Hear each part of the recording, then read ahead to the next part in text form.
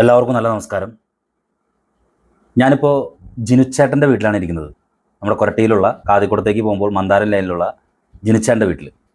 ജിനുച്ചേട്ടൻ ഈ സാമൂഹ്യപരമായിട്ടുള്ള പല ഇടപെടലുകൾക്കും സ്വന്തമായിട്ടുള്ളൊരു പോരാട്ട ശൈലിയിൽ പ്രവർത്തനം നടത്തുന്ന ഒരാളാണ്.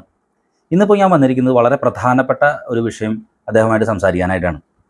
നമ്മുടെ കൊരട്ടിയിലുള്ള MAMHS സ്കൂളിൻ്റെ സ്ഥലവുമായി ബന്ധപ്പെട്ട് അദ്ദേഹം വിവരാവകാശം പല സ്ഥാപനങ്ങളിൽ കൊടുത്തു. പഞ്ചായത്ത്, അതുപോലെ തന്നെ വില്ലേജ് തുടങ്ങിയ സ്ഥലങ്ങളിലൊക്കെ ഇതിൻ്റെ നിർമ്മാണവുമായി ബന്ധപ്പെട്ട് അവിടെ നിർമ്മാണ പ്രവർത്തനങ്ങൾ നടക്കുന്നുണ്ട്. UP ഹൈസ്കൂൾ ഹയർ സെക്കൻഡറി വിഭാഗങ്ങളുടെ കെട്ടിടങ്ങളുടെ നിർമ്മാണം നടക്കുന്നുണ്ട്. ആ നിർമ്മാണങ്ങൾ നടക്കുന്നതുമായി ബന്ധപ്പെട്ട് വിവരാവകാശങ്ങൾ കൊടുത്തു കഴിഞ്ഞപ്പോൾ അതിൽ ഏറ്റവും പ്രധാനപ്പെട്ട സംഭവം ഇതിന് പട്ടയമുണ്ടോ, ഇത് പ്രകാരമുള്ള രേഖകളുണ്ടോ എന്നാണ് അദ്ദേഹത്തിൻ്റെ ചോദ്യങ്ങളൊക്കെ തന്നെ. പക്ഷെ അതിനൊന്നും കൃത്യമായ ഉത്തരങ്ങൾ ഒന്നും തന്നെ ഈ സ്ഥാപനങ്ങൾ നൽകിയിട്ടില്ല. ഇതിൻ്റെ അടിസ്ഥാനത്തിൽ ഇപ്പോൾ ഇതിൻ്റെ നിർമ്മാണ പ്രവർത്തനങ്ങൾ നടക്കുന്നുണ്ട്. പക്ഷേ ഭാവിയിൽ എങ്ങനെയായിരിക്കും ഇതിന് കൃത്യമായ രേഖകളില്ലാതെ ഈ സ്ഥാപനങ്ങൾ പൂർത്തീകരിച്ചു കഴിഞ്ഞാൽ ഇത് ജനങ്ങളുടെയും ഇവിടുത്തെ കൊരട്ടിപ്പള്ളിയുടെയൊക്കെ വിശ്വാസികളുടെ ഒക്കെ പണമാണ്. ഇത്രയും വലിയ ചെലവഴിച്ച് ഈ കെട്ടിടങ്ങൾ പണിത് കഴിഞ്ഞിട്ട് എന്തെങ്കിലും പ്രശ്നമുണ്ടായി ഒരു JCB കൊണ്ട് മാന്താൻ വരുമ്പോൾ തീർച്ചയായിട്ടും അവിടെ എന്താണ് ഉണ്ടാകുക എന്നുള്ളത് നിങ്ങൾ ചിന്തിക്കുക. ഈ വിഷയവുമായി ബന്ധപ്പെട്ട് വിവരാവകാശം കൊടുത്തു കഴിഞ്ഞപ്പോൾ, കാരണം ഈ കൊരട്ടി MAMHSൻ്റെ ആകെ ടോട്ടൽ അവിടുത്തെ ഭൂമി എന്ന് പറയുന്നത് ഒരു 6 ചില്ല ഏക്കർ ഭൂമിയാണ്. അതിൽ 5 ഏക്കറോളം വരുന്ന ഭൂമിയിലാണ് ഈ പട്ടയവുമായി ബന്ധപ്പെട്ടുള്ള ചോദ്യങ്ങൾക്ക്, വിവരാവകാശ ചോദ്യങ്ങൾക്ക് കൃത്യമായ രേഖകൾ ഇതുവരെയും ഈ മാനേജ്മെൻറ്റ് സമർപ്പിക്കാതിരിക്കുന്നത്. ആ വിഷയങ്ങളെ പറ്റിയിട്ട് നമുക്ക് ജിനുച്ചേട്ടനോട് ചോദിച്ചറിയാം. എന്താണ് അവിടെ നടക്കുന്ന വിഷയങ്ങൾ, ഇതുമായി ബന്ധപ്പെട്ട് അദ്ദേഹം എന്തൊക്കെ ചോദ്യങ്ങളാണ് വിവരാവകാശത്തിൽ ഉൾപ്പെടുത്തി ചോദിച്ചത്, ഈ വിഷയങ്ങളെ പറ്റി നമുക്ക് അദ്ദേഹത്തിനോട് ചോദിച്ചറിയാം. കൊരട്ടി MAMHSൻ്റെ UP ഹൈസ്കൂൾ പുതിയ കെട്ടിട നിർമ്മാണം 2017 ആരംഭിച്ചെങ്കിലും മുൻ മാനേജറുടെ ചെറിയ ക്രമക്കേടുകൾ കൊണ്ട് നിർത്തിവെക്കേണ്ടി വന്നതും, മാനേജർ എന്ന് പറഞ്ഞിട്ടുണ്ടെങ്കിൽ മതിയോളമാളുടെ കാലത്തെ പ്രശ്നങ്ങൾ കൊണ്ട് നിർത്തിവെക്കേണ്ടി വന്നതും, അതിനുശേഷം ഇത് തുടരാതെ വന്നപ്പോൾ ഞാൻ ബാലാവകാശ കമ്മീഷന് പരാതി കൊടുത്തിട്ട് ബാലാവകാശ കമ്മീഷൻ കെട്ടിട നിർമ്മാണവുമായി ബന്ധപ്പെട്ട് അഭിപ്രായങ്ങൾ ആരായുന്ന അടിസ്ഥാനത്തിൽ ഇത് വീണ്ടും വൈകി വന്നപ്പോൾ ഈ കെട്ടിട നിർമ്മാണത്തിന് പകുതിയാക്കി വെച്ചിരുന്ന കെട്ടിട നിർമ്മാണത്തിന് നവംബർ മാസം 16-ാം തീയതി 2023 കൊരട്ടി ഗ്രാമപഞ്ചായത്ത് സെക്രട്ടറി പെർമിറ്റ് അനുവദിച്ചു കൊടുത്തു. അത് ശരി. എന്നാൽ ഈ പെർമിറ്റ് അനുവദിച്ച് കൊടുത്തപ്പോൾ ഇതിലുള്ള ഒരു 5 ഏക്കറോളം സ്ഥലം ഇവിടെ ആകെ 6 ഏക്കർ 78 സെന്റ് സ്ഥലമാണ് ഇവിടെ ഉള്ളത്, ഈ MAMHS കോമ്പൗണ്ടിലുള്ളത്. അതിൽ 5 ഏക്കർ സ്ഥലത്തിന് പട്ടയം ഇല്ല. 5 ഏക്കർ സ്ഥലത്തിന് പട്ടയമില്ല. 5 ഏക്കർ സ്ഥലത്തിന് പട്ടയമില്ല. 1 ഏക്കർ 78 സെന്റ് സ്ഥലം, പഴയ സ്കൂൾ കെട്ടിടം ഇരിക്കുന്ന സ്ഥലത്തിന് മാത്രമാണ് പട്ടയമുള്ളൂ. ബാക്കിയുള്ള ഒറ്റ ഭൂമിക്കും പട്ടയമില്ല എന്ന് കൊരട്ടി ഗ്രാമപഞ്ചായത്ത് സെക്രട്ടറി എന്റെ വിവരാവകാശത്തിന് മറുപടി തന്നിട്ടുണ്ട്. മറുപടി തന്നത് 2024 ജാനുവരി മാസം വിവരാവകാശത്തിന് മറുപടി തന്നിട്ടുണ്ട്. അതുപോലെ തന്നെ മുരിങ്ങൂർ തെക്കുമുറി വില്ലേജ് ഓഫീസറും മറുപടി തന്നിട്ടുണ്ട്. പട്ടയമില്ല, സെറ്റിൽമെന്റ് രജിസ്റ്റർ വരെ ഇല്ല എന്നാണ് നമുക്ക് മറുപടി തന്നിട്ടുള്ളത്. ആയതനുസരിച്ച് ഞാൻ വീണ്ടും കൊരട്ടി ഗ്രാമപഞ്ചായത്ത് സെക്രട്ടറിക്ക് ഈ നിർമ്മാണവുമായി ബന്ധപ്പെട്ട് ഒരു പരാതി ഞാൻ കൊടുത്തിരുന്നു. എന്നിട്ടും നാളിതുവരെയായിട്ടും ഈ നിർമ്മാണം നിർത്തിവെക്കേണ്ട നടപടികളൊന്നും സ്വീകരിച്ചിട്ടില്ല. എന്നിരുന്നാലും കൊരട്ടി ഗ്രാമപഞ്ചായത്ത് സെക്രട്ടറി പറയുന്നത് ഞാൻ മാനേജർക്ക് കത്ത് കൊടുത്തിട്ടുണ്ട്, പട്ടയം ഇല്ല, പട്ടയത്തിൻ്റെ രേഖകൾ ഹാജരാക്കിയാൽ മാത്രമാണ് ഇനി തുടർന്നുള്ള രേഖകൾ എല്ലാം നമ്പറിട്ട് തരുള്ളൂ, ഫിറ്റ്നസ് തരുള്ളൂ എന്നൊക്കെ പറഞ്ഞിട്ടുണ്ട്. അതുപോലെ തന്നെ വില്ലേജ് തരത്തിലുള്ള രേഖകൾ മാനേജർ നൽകിയിട്ടുണ്ട്. ഇപ്പോഴത്തെ മാനേജറിനാണ് കൊടുത്തിട്ടുള്ളത്, മുൻ മാനേജർക്കാണ് കൊടുത്തേക്കുന്നത്. ഫാദർ ജോസ് എടശ്ശേരി മാനേജർക്കാണ് പഞ്ചായത്തിൽ നിന്ന് കൊടുത്തിട്ടുള്ളത്. കൂടാതെ ഷോപ്പിംഗ് കോംപ്ലക്സ് ഈ പറഞ്ഞ മാതിരി തന്നെ ഇരിക്കുന്നതും പട്ടയില്ലാത്ത ഭൂമിയിൽ തന്നെയാണ്.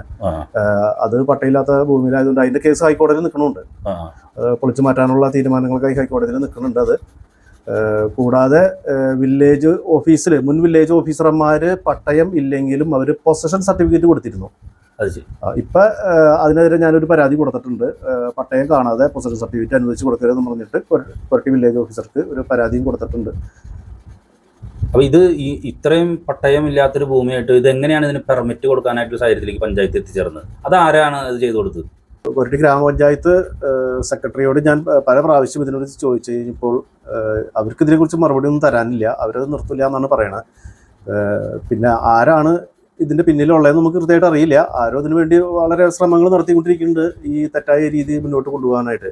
കൊരട്ടിയിലെ സമൂഹം ഇതെന്തായാലും തിരിച്ചറിയണം. കാരണം എന്ന് വെച്ച് കഴിഞ്ഞാൽ ഇത് നാളെ പട്ടയില്ലാത്തതിൻ്റെ പേരിൽ എന്തെങ്കിലും പൊളിക്കപ്പെടേണ്ടി വന്നു കഴിഞ്ഞ് കഴിഞ്ഞാൽ കൊരട്ടി പള്ളിയുടെ കാശെടുത്തിട്ടാണ് ഈ കെട്ടിടങ്ങൾ മുഴുവനും നിർമ്മിക്കുന്നത്, കോടികൾ മുടക്കിയിട്ടാണ് നിർമ്മിക്കുന്നത്. പോരാത്തതിന് പള്ളിയുടെ കൈവശം പട്ടയഭൂമി ഉണ്ട്. ആ പട്ടയഭൂമികളൊക്കെ ഒഴിവാക്കിയിട്ട് പട്ടയമില്ലാത്ത ഭൂമികൾ മാത്രം തെരഞ്ഞു പിടിച്ചാണ് ഇവരെല്ലാ നിർമ്മാണങ്ങളും ഷോപ്പിംഗ് കോംപ്ലക്സ് തുടങ്ങി LP school, higher secondary school എല്ലാവരും നിർമ്മിച്ചിരിക്കുന്നത്. അപ്പോൾ അങ്ങനെ ഒരു വലിയൊരു ഗുരുതരമായൊരു ക്രമക്കേടാണ് ഇതിവിടെ കണ്ടുകൊണ്ടിരിക്കുന്നത്. അപ്പോൾ അതിന് കൊരട്ടിയിലെ ജനങ്ങൾ എന്താണെന്ന് വെച്ച് കഴിഞ്ഞാൽ അതനുസരിച്ച് ജനങ്ങൾ ഇടപെടട്ടെ എന്നാണ് ഞാൻ ഉദ്ദേശിക്കുന്നത്. ഈ വിഷയവുമായി ബന്ധപ്പെട്ട് മുൻ മാനേജർമാർ, അതായത് ഇപ്പോൾ ഫാദർ ജോസ് എടശ്ശേരി ഉള്ള സമയത്ത് നിങ്ങളിത് ശ്രദ്ധപ്പെടുത്താൻ ശ്രമിച്ചിരുന്നു കൗൺസിലിൻ്റെ മുന്നിലോ? കാരണം ഇത് പള്ളിയുടെ സ്കൂളാണല്ലോ. അപ്പോൾ അത്തരം കാര്യങ്ങൾ ഏതെങ്കിലും തരത്തിൽ ശ്രദ്ധപ്പെടുത്താൻ ശ്രമിച്ചിരുന്നു?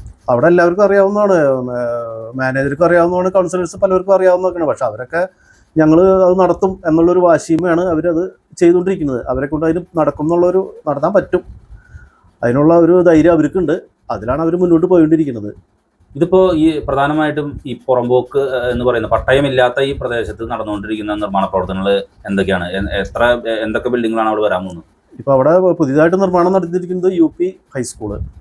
അതാണ് ഇപ്പോൾ പുതിയതായിട്ട് നിർമ്മാണം നടത്തിക്കൊണ്ടിരിക്കുന്നത്.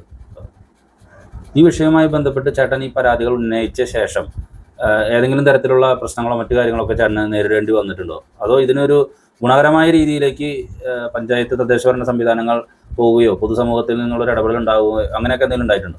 ഒന്നും ഉണ്ടായിട്ടില്ല. അവരാരും ഇതിനെക്കുറിച്ച് അവർ മൈൻഡ് ചെയ്യുന്നില്ല. അവർക്കത് തുടർന്ന് മുന്നോട്ട് കൊണ്ടുപോകണം. അതനുസരിച്ച് പണി അവിടെ നിർമ്മാണം നടന്നുകൊണ്ടിരിക്കുന്നുണ്ട്. അവിടെ യാതൊരു വ്യത്യാസം വരുത്തിയിട്ടില്ല. പള്ളിയുടെ ഭാഗത്തുനിന്നായാലും ആരും ഇത് ഇപ്പം തന്നെ ഉദ്ഘാടനം ചെയ്യണം പണിത് എന്നുള്ളൊരു ചിന്തയിലാണ് അവർ നടക്കുന്നത്. ഈ സ്കൂൾ കെട്ടിടം നിർമ്മാണം ആരംഭിച്ചത് അധ്യാപകരിൽ നിന്നും കോടികൾ വാങ്ങിച്ചിട്ടാണ് നിർമ്മാണം ആരംഭിച്ചത്. അതിനുശേഷം എന്തുകൊണ്ടാണ് ഇത് പൂർത്തിയാക്കാത്ത എന്നുള്ളതിനെക്കുറിച്ച് ചെറുതായിട്ടൊന്ന് അന്വേഷിച്ചപ്പോഴാണ് ഇത് ഇവർ പൂർത്തീകരിക്കാൻ തയ്യാറില്ല എന്ന് മനസ്സിലാക്കിയപ്പോഴാണ് ഞാൻ ബാലാവകാശ കമ്മീഷന് പരാതി കൊടുത്തത്. അതിൻ്റെ വെളിച്ചത്തിലാണ് പിന്നീട് നിർമ്മാണം ആരംഭിക്കാനായിട്ട് ശ്രമിച്ചിരുന്നെങ്കിലും കാലങ്ങളായിട്ട് പല സെക്രട്ടറിമാരും ആരും ഇതിന് പെർമിറ്റ് കൊടുത്തിരുന്നില്ല. ഇനി അവസാന ഘട്ടത്തിൽ ബാലാവകാശ കമ്മീഷൻ ഇടപെട്ടതിൻ്റെ വെളിച്ചത്തിൽ പിന്നെ ഇത് എന്തായാലും നടത്തിയേ പറ്റൂ എന്നുള്ള തീരുമാനത്തിലാണ് ഈ സാധനം പെർമിറ്റ് വാങ്ങിച്ച് നിർമ്മാണം ആരംഭിച്ചത്. അതിനുശേഷം പിന്നെ ഇവിടെ ഇടവകയിലുള്ള ആരും ഇതിനെക്കുറിച്ച് ചിന്തിക്കുക.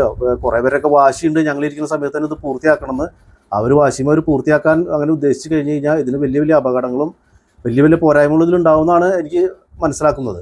അത് കൊരട്ടി ഇടവകയിലുള്ള ആളുകൾ തന്നെ കൗൺസിലോ ഏതെങ്കിലുമൊക്കെ ഇത് അന്വേഷിച്ച് ഇതിങ്ങനെ സംഭവം ഉണ്ടോ എന്ന് അന്വേഷിച്ചിട്ട് വേണം ഇതിൻ്റെ പൂർണ്ണമായ നടപടികളിലേക്ക് മുന്നോട്ട് പോകാനായിട്ട്.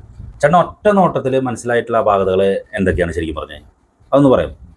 അതായത് ഈ വിരാശം വെച്ചതിൽ നമ്മളിവിടെ ഫയലുകൾ പരിശോധിച്ചപ്പോൾ, പഞ്ചായത്ത് ഓഫീസിൽ ഫയലുകൾ പരിശോധിച്ചപ്പോൾ ഈ പറയുന്ന 5 ഏക്കർ ഭൂമിയുടെ നികുതി 2015 അടച്ചത് ഒരു തണ്ടപ്പേർ നമ്പറിലും ഇപ്പോൾ പുതിയതായിട്ട് അടച്ചുകൊണ്ടിരിക്കുന്നത് വേറൊരു തണ്ടപ്പേർ നമ്പറിലാണ് നികുതി അടച്ചുകൊണ്ടിരിക്കുന്നത്. അതായത് അത് തന്നെ തെറ്റായിട്ടാണ് കാണുന്നത്. അതായത് ഒരു സ്ഥലത്തിന് എപ്പോഴും ഒരു തണ്ടപ്പേർ നമ്പർ ഉണ്ടാവുള്ളൂ. ഇത് 2 തണ്ടപ്പേർ നമ്പറുണ്ട് ഈ പറയുന്ന ഈ 5 ഏക്കർ ഭൂമിക്ക്.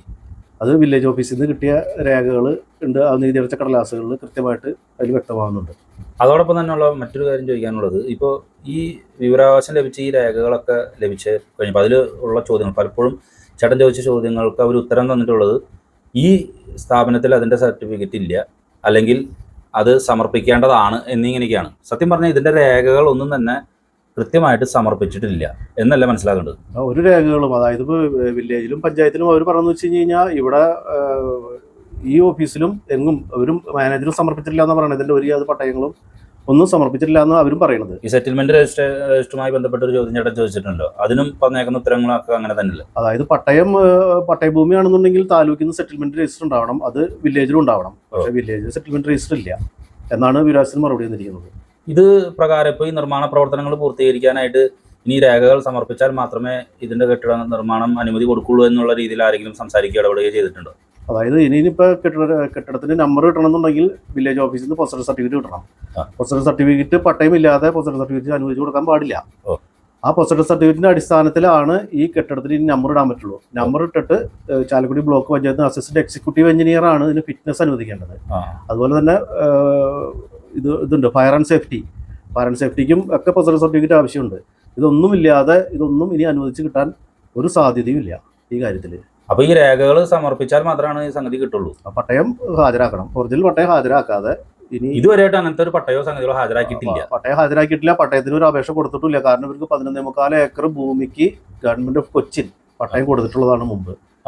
ആ ഭൂമികളൊക്കെ ഒഴിവാക്കിയിട്ടാണ് ഇവർ പട്ടയമില്ലാത്ത ഭൂമി കയ്യേറി ഇവർ നിർമ്മാണം നടത്തിക്കൊണ്ടിരിക്കുന്നത്. ആ പട്ടയമുള്ള ഭൂമിയിൽ ഒരു നിർമ്മാണം നടത്താനായിട്ട് പോകാണ്ടാണ് ഇവിടെ ഈ പട്ടയമില്ലാത്ത സ്ഥലത്ത് നടത്തിയിരിക്കുന്നത്. അതെ, പട്ടയമില്ലാത്ത ഭൂമി മാത്രം തെരഞ്ഞു പിടിച്ചിട്ട്. ഈ 11 ഏക്കർ ഭൂമി ഇത് കിട്ടിയെന്ന് പറയുന്നത് അത് ഏതൊക്കെ സ്ഥലങ്ങളിലാണ്? അത് പല സ്ഥലങ്ങളിലായിട്ടാണ് കിട്ടിയേക്കുന്നത്. 11 ചില്ലാൻ ഏക്കർ ഭൂമിയുടെ പട്ടയത്തിന്റെ കോപ്പി എൻ്റെ കയ്യിലുണ്ട്. അത് കൊറ്റപ്പള്ളിക്ക് ഗവൺമെന്റ് കൊച്ചിനുള്ള കാലത്ത് അനുവദിച്ചു കൊടുത്തിരിക്കുന്നതാണ്. അതിൽ ഈ സ്ഥലം പെടില്ല. അതുകൊണ്ടാണ് ഈ ഹാജരാക്കാൻ പറ്റാത്ത രേഖ ഹാജരാക്കാൻ പറ്റാത്തത്. ഇനി ഇതുമായി ബന്ധപ്പെട്ട് മറ്റൊരു പ്രധാനപ്പെട്ട കാര്യം, ഈ പണിതിട്ടുള്ള കെട്ടിടവുമായി ബന്ധപ്പെട്ട ഫയലുകൾ വിജിലൻസ് ഏതാനും മാസങ്ങൾക്ക് മുൻപ് അന്വേഷണത്തിനായിട്ട് കൊണ്ടുപോയിട്ടുണ്ട്. തീർച്ചയായിട്ടും ഗൗരവപൂർണമായിട്ടുള്ള അന്വേഷണം നടക്കുന്നു എന്ന് തന്നെയാണ് മനസ്സിലാക്കാൻ സാധിച്ചിട്ടുള്ളത്. ഇത് കൃത്യമായി തന്നെ മനസ്സിലാക്കേണ്ടവർ മനസ്സിലാക്കട്ടെ എന്ന് മാത്രമാണ് പറയാനുള്ളത്. ഒരിക്കൽ കൂടി പറയുന്നു, നിർമ്മാണ പ്രവർത്തനങ്ങൾ അത് ഒരു സ്ഥാപനത്തെ സംബന്ധിച്ചിടത്തോളം വലിയ വികസനം തന്നെയാണ്. പക്ഷെ അത് നടത്തുമ്പോൾ തീർച്ചയായിട്ടും അന്വേഷിച്ചറിഞ്ഞിരിക്കേണ്ട കാര്യങ്ങൾ അതിൻ്റെ അഡ്മിനിസ്ട്രേറ്റർമാർ കൃത്യമായി അന്വേഷിച്ചറിയുക. ഈ കോടികളും ലക്ഷങ്ങളും ഈ സാധാരണക്കാരായ ആളുകളുടെയും കൂടി അവരുടെ ജീവിതാംശം കൂടി അതിലുണ്ട്. അതുകൊണ്ടാണ് ഈ നിർമ്മാണ പ്രവർത്തനങ്ങളൊക്കെ നടത്തുന്നത്. നാളെ ഒരു കാലഘട്ടത്തിൽ ഏതെങ്കിലും JCB കൊണ്ടുവന്ന് ഇത് പൊളിക്കേണ്ട ഒരു കാര്യം പറയുമ്പോൾ അന്ന് ഈ ജിനിച്ചേട്ടനെ പോലുള്ളവർ പറഞ്ഞു ഓർത്തിട്ട് യാതൊരുവിധ കാര്യവുമില്ല. പ്രത്യേകം ശ്രദ്ധിക്കുക, ഉത്തരവാദിത്തപ്പെട്ട ഭരണ സംവിധാനങ്ങളും തദ്ദേശഭരണ വില്ലേജ് സംവിധാനങ്ങളും ഈ വിഷയം വളരെ സീരിയസ് ആയിട്ട് കാണുക. അതല്ലെങ്കിൽ ഏതെങ്കിലും കാലഘട്ടത്തിൽ നിങ്ങൾക്ക് മുന്നിൽ ഈ കെട്ടിട നിർമ്മാണവും ഈ ബിൽഡിങ്ങും ഈ പട്ടയമില്ലാത്ത ഭൂമിയും ഒരു വലിയ ചോദ്യചിഹ്നമായി കൊരട്ടിക്കാർക്ക് മുന്നിൽ ഉണ്ടാകും എന്നുള്ളൊരു കാര്യം കൂടി പറഞ്ഞുകൊണ്ട്, നല്ല ഭൂമിയിൽ നല്ല കെട്ടിടങ്ങൾ നമ്മുടെ സ്കൂളിന് ഉണ്ടാകട്ടെ എന്ന് മാത്രം ആശംസിക്കുന്നു. നന്ദി, നമസ്കാരം.